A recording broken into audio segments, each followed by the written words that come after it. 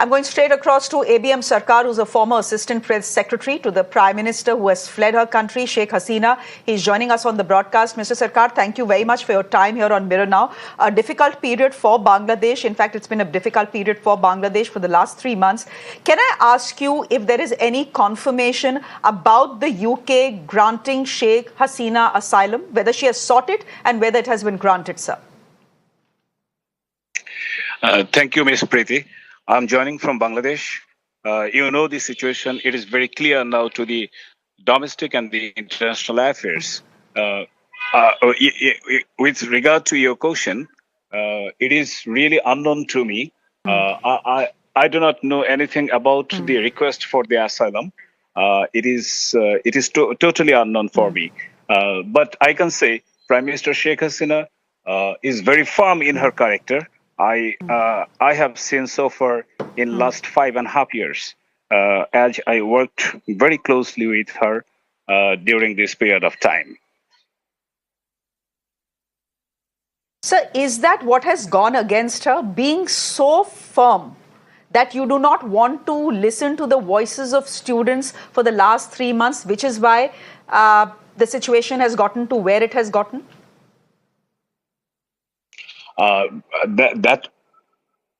That answer was for like you asked me about the request for the asylum, right? But in the contrary, what you were asking me now, that is about whether she has listened to the voice of the students and the others or not. In that regard, I can say, like she is to me, because I'm very much emotionally attached to her during my whole journey of life, and I am really blessed to work with her during last 5.5 years. In this last 5.5 years, I have seen her as the mother of the humanity also. So in that case, she of course listened to the voices of the students and the protesters, and she doesn't want any further bloodshed on the street and the outside of the houses. For that reason, actually, she Sir, can you decided to resign. Yeah. Okay. So my next question was that you just prompted me to my next question. Mr. Sarkar, I wanted to ask you what prompted Sheikh Hasina to resign. There are reports that are saying that the army had to sit her down for 45 minutes and convince her to sign her resignation letter. Is that true, sir? Is that something you can confirm for us? I don't think someone convinced her. I know her as a very firm personality. She is not convinced by any military forces or military personnels. I think she is convinced by the protester students, and she doesn't want any bloodbath on the street. That's why she decided to resign.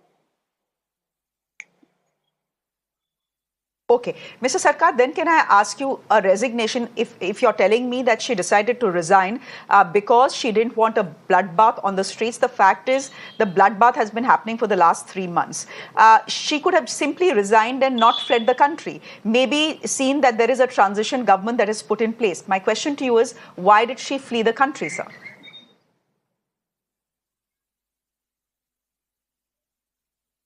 Maybe it's a situation demand. I cannot say more than that. Okay. Do you think there was a threat to her life, sir, given the pictures that have come in from Dhaka where we've seen the Prime Minister's house being invaded?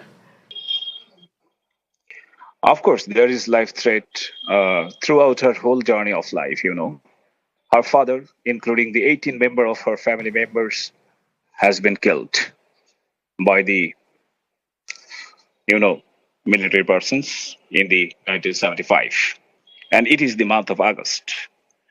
There are some factors behind the protesting students who were actually the gainer of this movement. They are the gainer. I don't know how the students can be so ferocious on the street. Their demand has been fulfilled.